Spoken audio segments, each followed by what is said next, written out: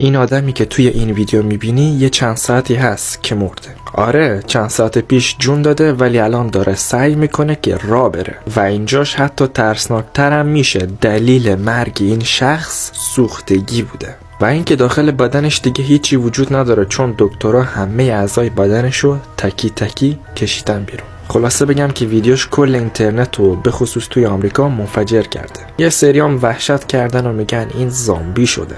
ولی خب یه لحظه بیاین خودمون نگاه کنیم. فقط یه تکون مکونای ریزمیز نمیخوره، داره راه میره داداش. یا جورایی هم سعی میکنه که از اون محوطه خارج بشه. بعضیا میگن این هوشیاری قبل از مرگه ولی نه داش من، ایشون از قبل مرده و این قضیه فرق داره چون اون قبل از مرگ اتفاق میفته نه بعدش. گفتن این حرف خوب نیست ولی بعد از بریدن سر یه سری از حیوونا اونا ممکنه یه کمکی تکون بخورن ولی اونا توی بدنشون اعضا هست اما ایشون نداره. پس چجوری میشه که یه آدم بدون هیچ اعضای بدنی از جمله مغز و قلب و شش و ریه و هر چیز دیگه تکون بخوره؟